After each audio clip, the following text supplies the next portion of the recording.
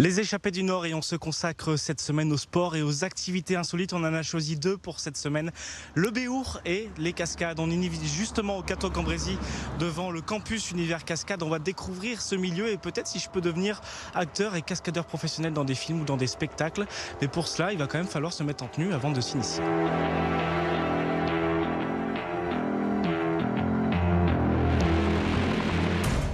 Ça y est, je me suis changé, j'ai un beau t-shirt du campus et on va s'essayer directement. Vous enlevez les mains de la poitrine. On commence par pour qu'il y ait un contact. Il va falloir viser, être précis, pas mettre trop de puissance, mais faire croire à la caméra qu'on touche. Qu'on est en train de la défoncer. Prends le temps de armer, frapper, revenir en garde. Yes, exactement. Boum, ouais, ok. Arme, délivre, reviens. Oui, très bien. Et là, tu reviens. Ok. Oui, très bien. Et tu reviens, exactement, c'est ça. Oui. Ok. Maintenant, elle enlève. Je fais la même chose. Cascade. Elle a pas mal. Elle a suffisamment d'impact pour pouvoir jouer quelque chose. Le seul truc qu'il y a à rajouter, c'est en fait 3, 2, 1, action. Okay. On y va. Ok. Et là, on fait appel au jeu, au comédien. Avant d'être cascadeur, on est comédien. Ok, yes, exactement. J'aimerais me perfectionner en combat parce que c'est là où je suis la plus faible. La première fois que je suis venue, c'était pour mon anniversaire. Mes parents savaient que je rêvais de devenir cascadeuse, du coup ils m'ont offert ce cadeau. Et j'ai découvert le campus et j'ai adoré. C'est très bienveillant, on apprend bien et j'avais vraiment pas de base du tout. J'ai appris des bases et en fait j'essaye de m'améliorer. Et en fait j'ai voulu revenir une deuxième année et du coup la troisième année en plus pour apprendre encore plus les bases, toutes les disciplines en fait de la cascade. On a fini le combat, on va passer désormais aux chutes avec toi Dustin. Ouais. Et je crois que je vais prendre quelques coups. Notre petite amie la batte. Ouais. Bon, on va se mettre en place, hein. C'est un peu le jeu d'acteur aussi pour les cascades. Exactement. Il faut bien que je me mette comme ça. Ouais, tu peux rester un peu plus de face au début. Le premier coup, on fait une répétition. Le premier coup, boum, tu fais ta réaction. Tu te positionnes en avançant un peu ta jambe. Et moi, je vais venir balayer. Ok. Une fois au sol, tu fais ta réception et tu joues un peu la douleur. Ok. Ok, tu me dis quand c'est bon. C'est bon. Allez, on y va.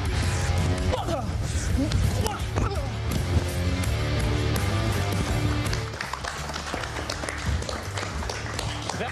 Ouais, super. Ouais, c'est très sympa à faire en tout cas.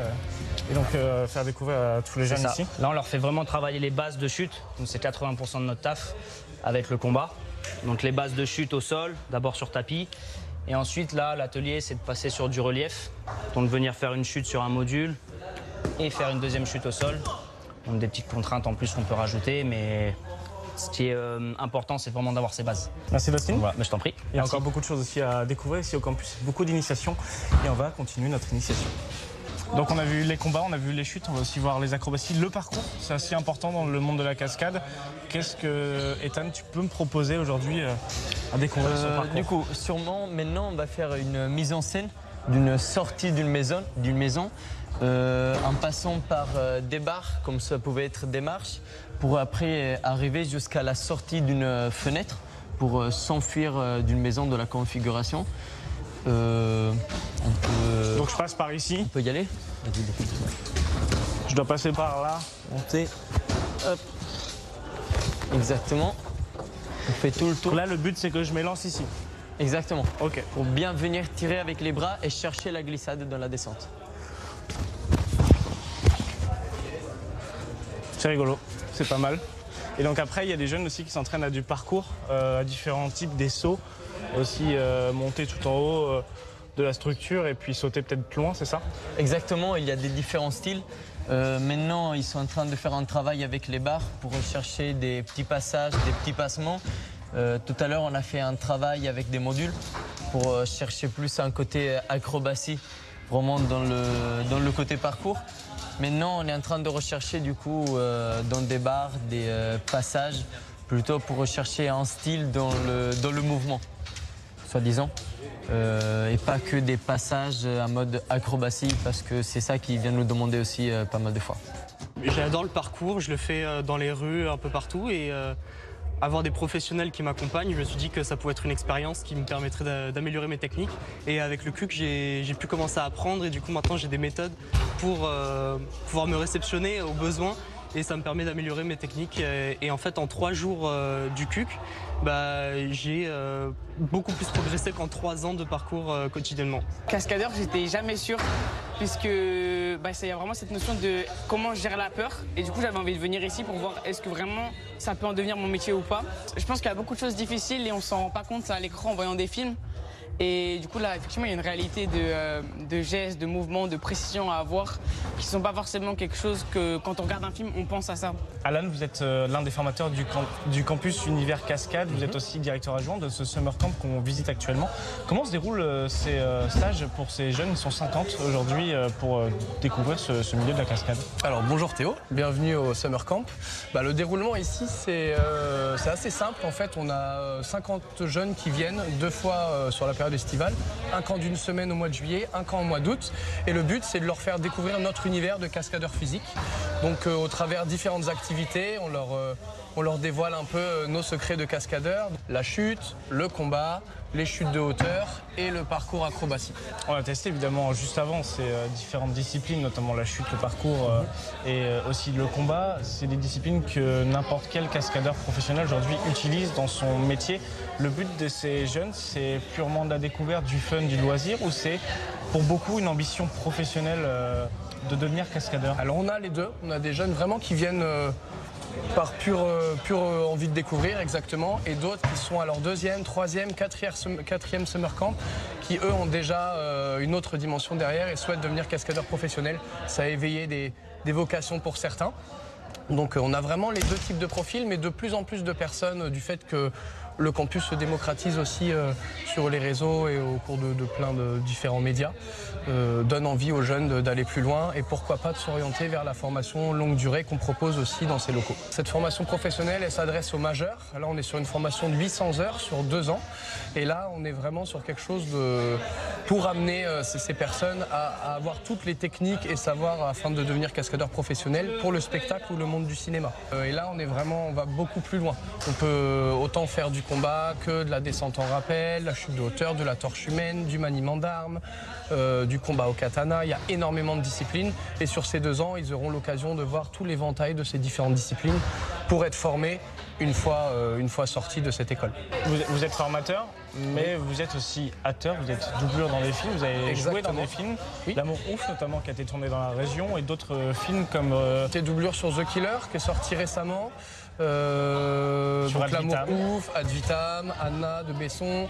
Plus récemment, qui a été annoncé, il y a Nero qui va sortir bientôt, la nouvelle saison de Fury aussi. Il y a plein de projets en cours et tous les coachs ici sont des gens très actifs dans le monde du cinéma et certains sont aussi coordinateurs de cascade. C'est eux qui règlent, qui coordonnent justement les scènes d'action pour les films.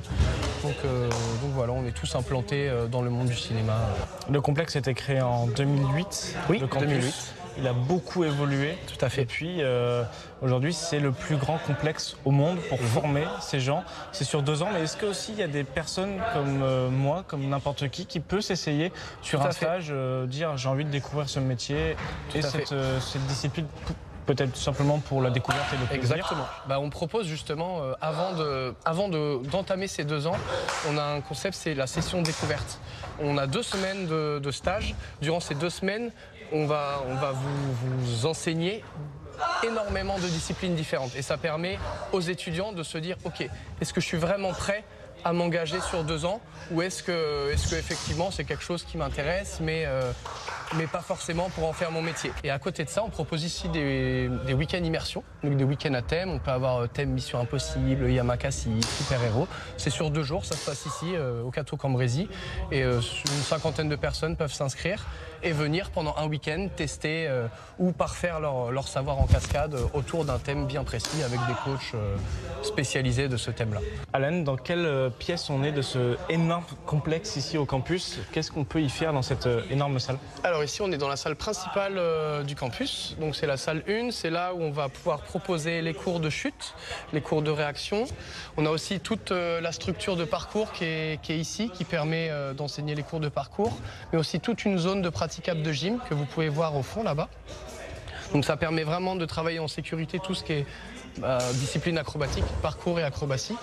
On a aussi une fosse à cubes là-bas où on peut commencer à initier les élèves aux chutes de hauteur sur différentes hauteurs avant de pouvoir passer à à des structures beaucoup plus hautes. On a tout un ensemble de modules pour pouvoir créer des décors différents, pour les mises en scène de situations chorégraphiques type cinéma. Donc on a vraiment tout le matériel pour leur permettre d'apprendre dans la sécurité maximale. Et donc voilà, c'est notre salle principale, c'est un peu le bijou du campus. Alors la cascade, c'est aussi des combats et justement on a une salle de combat ici où on s'entraîne à tout type de combat. C'est ça, donc là on va leur apprendre vraiment les techniques de base en pied-point. Donc pour pouvoir simuler une attaque en spectacle ou en cinéma, on va d'abord leur apprendre les vraies techniques de combat et ensuite avec les distances, on va changer les approches pour ne pas réellement mettre des impacts et amener ça dans un côté cascade. Donc là, on est vraiment sur du côté technique de base de combat et ensuite, ils vont aller tout de suite dans de la chorégraphie où là, on fera des petites mises en scène où on simule des affrontements avec des contraintes, du jeu d'acting. Et voilà, donc c'est une grosse partie du métier de cascadeur. C'est même la partie la plus importante de notre métier.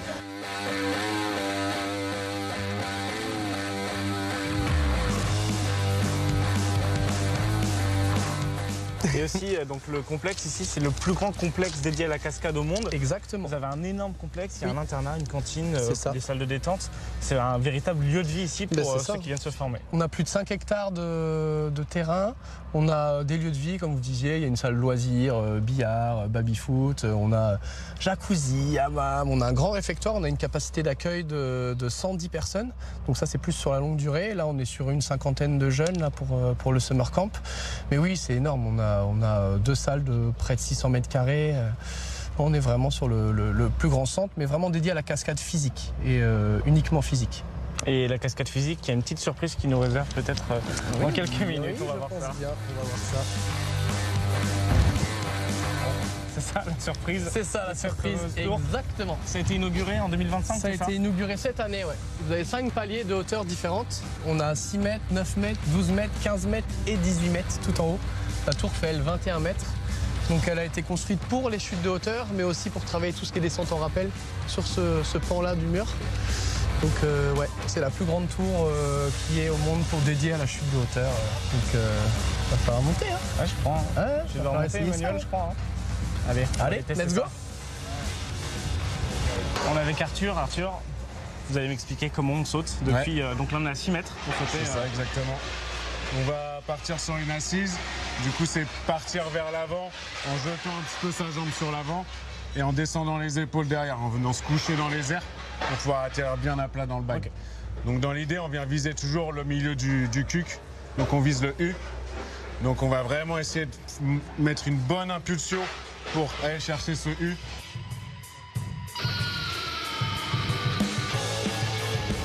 Yes, nickel.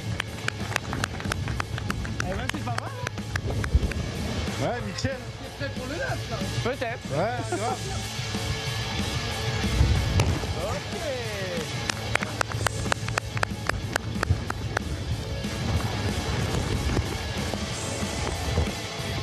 Sur le 9 mètres, il est différent, hein. Il est bien plus gros.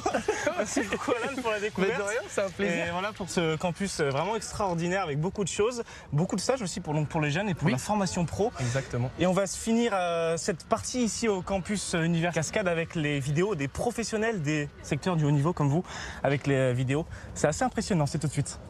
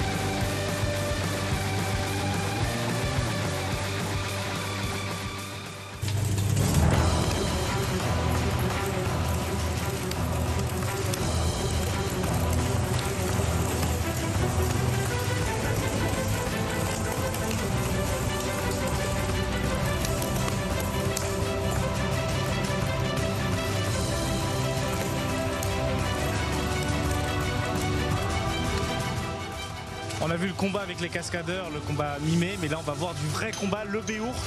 C'est assez impressionnant.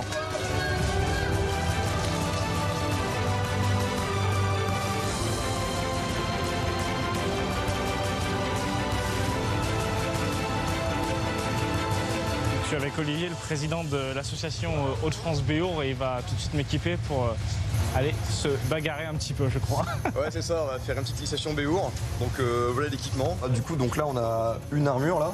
Donc c'est à peu près cette place-là. Donc là, par exemple, on va avoir un gant ici là. Là ici on a le casque, donc qui fait à lui-même à peu près 6-7 kg, parce que donc, tout est en acier trempé là. Et donc après on a les bras, les coudes, les genoux. Pour le torse, on a ce qu'on appelle une brigandine. Et après on a les armes en elles-mêmes. Donc là par exemple on a un fauchon. Donc on retrouve ça relativement souvent. Donc on va avoir un centre de gravité qui va être relativement déporté vers l'avant pour avoir une arme qui va être assez contondante à l'impact. Et dans la main gauche, comme c'est une arme à une main, on peut porter soit un bouclier, soit ici un bocle, ce qu'on appelle, donc c'est en acier aussi, donc qui sera attaché au gant. Et on peut aussi bien s'en servir pour parer les coups que pour en donner, quoi. Et on a aussi une autre catégorie d'armes, où là ce sont des armes à deux mains, tout simplement, comme une hache. Là il y a aussi des vouges ou des hallebardes. Il faut aussi vérifier qu'elles soient bien non tranchantes et que toutes les pointes soient suffisamment arrondies. C'est le vêtement matelassé qui va servir à amortir un peu les chocs. Ok. Donc c'est là qu'on est au niveau des jambes, au niveau des cuisses en particulier. Tout ce qui est partie vraiment armure en acier, on fait quand même pas mal appel à des forgerons. Souvent c'est Allemagne, Pologne, Ukraine. C'est des choses qui durent vraiment dans le temps. Ouais. On peut garder, quoi. Bien sûr, tu as forcément de la casse, hein, comme elle se prend des coups dessus, que tu bouges avec. Nickel. Ok, bah on est bon pour le bas. On est parti pour le bas, c'est bon. Je te laisse déjà faire quelques pas. Ouais. Donc simplement quelques pas. Éventuellement courir un peu, lever les jambes. Donc en fait tu vas intégrer la séance. Donc je t'amène là. Ouais, donc là tu pousses vers l'arrière. Ouais. Et puis tu me pousses, c'est ça, ouais. Tu passes ta jambe, nickel. C'est ça. Ah, parce qu'on l'a vu, l'objectif dans des tournois pour gagner, pour vaincre son adversaire, c'est de le mettre au sol. Donc toutes ces techniques que là on fait en échauffement, ça sert pour le derrière. En mêlée, on gagne quand tous les opposants sont à terre. Donc pour mettre à terre, il faut qu'il ait un troisième point d'appui au sol ou qu'il tombe simplement. Donc pour le faire tomber, tu peux y aller à la lutte.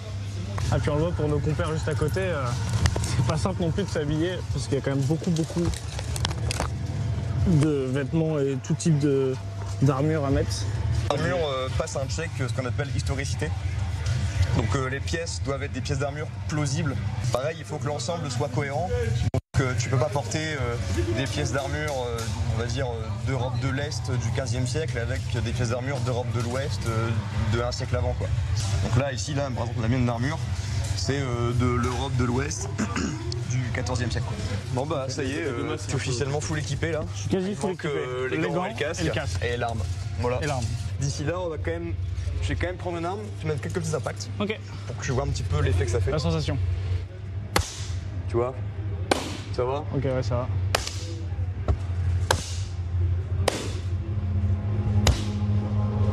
Dans le dos, tu le sens.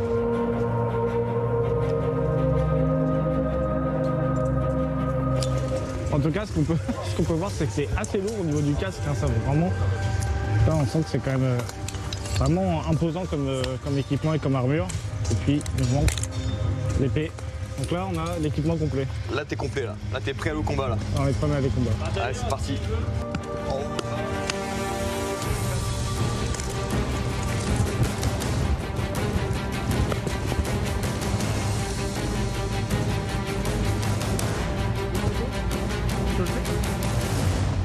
c'est bon, c'est bon. Tiens, siège. Là, tu vois stop? Ouais.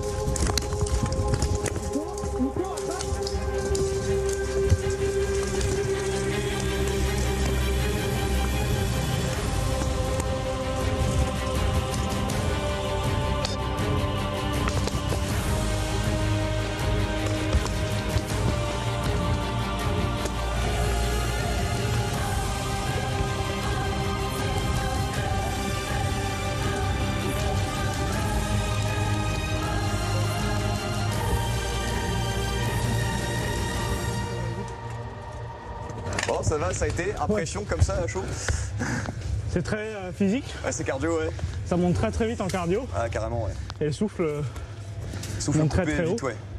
Mais c'est dur parce que on voit pas grand chose en fait dans l'action de l'autre.